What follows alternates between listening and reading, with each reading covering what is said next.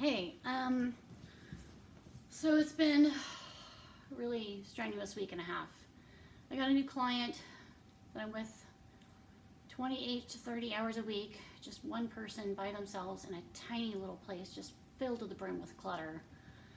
And being present for 6 hours a day is a lot. Um, I helped her make Thanksgiving dinner over a couple of days, and it was a it was so awful. It was just such a mess. I mean, it worked out, but I left like an hour and a half later than I was supposed to. And she has me staying late a lot, and I just, once we get to a point, we need to have a conversation about my time.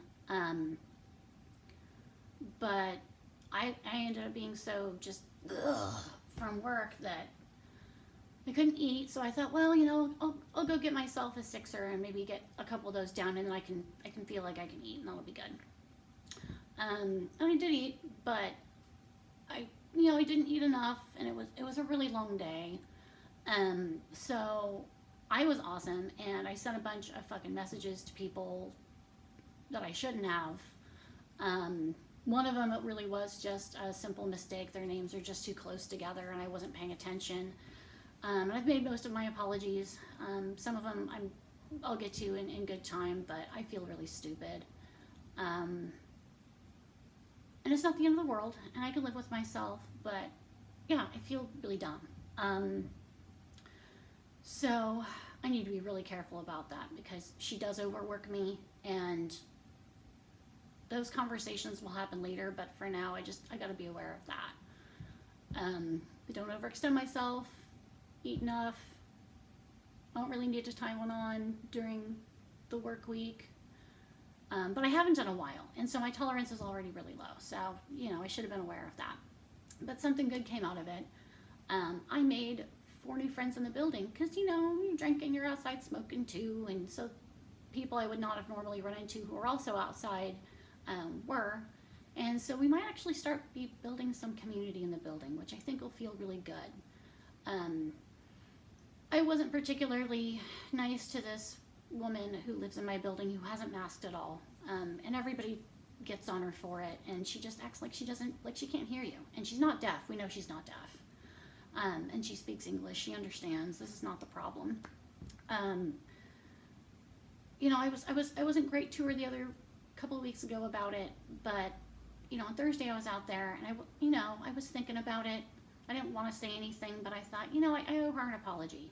I didn't go about that the right way, and I wouldn't want to listen to me. I mean, I could have taken a little bit more time, but I asked her about it. I asked her, so what's the deal with that? And I could have taken some time to really figure it out a little bit then. But this week I apologized for, well, that just, those things aren't cognitively, I don't want to explain what it is for her. Her reason really isn't very legitimate, but after talking to her a little bit on Thursday, she's listening. She doesn't do it all the time, but she's making an effort. So I think that it's important that if we don't know anything else to say to change people's minds about some of this really important shit, it really just kind of helps to just create situations where we can humanize ourselves to other people so that they realize that they're actually affecting people that they care about. Because when we're all strangers, it doesn't matter to a lot of us, and it should.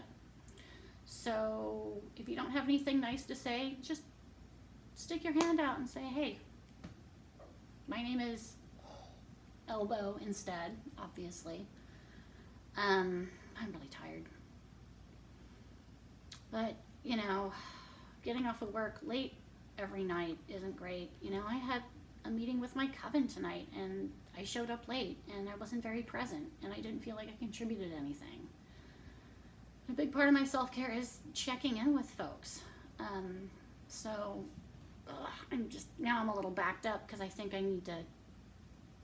was supposed to do something with some folks later on. And I still need to eat. Okay. I guess I had more to say. I just know it's going to be a busy week. Oh, I had the cutest boxer ever that I sat all of last week. I put a lot on my plate, so it would feel like less this week, so it'd be easier to adjust my time and when I get up. But gosh, she was just the cutest, sweetest, snuggliest little puppy in the world. She's just so freaking cute, and just like, I envy that bladder. I mean, she would lay in bed super late. I'm like, dude, we need to go outside and go potty, and she was not having it. All she wanted was love. So it was nice to have her, but I'm really looking forward to doing all my laundry and getting the dog hair off of stuff, and finishing putting my furniture together. Okay, now that I see how much it is I have to do, I need to be done. But hope everybody had a good holiday, and hope we're all staying safe. I love and miss everyone. And yeah, I'll talk to everybody soon. All right, we're out.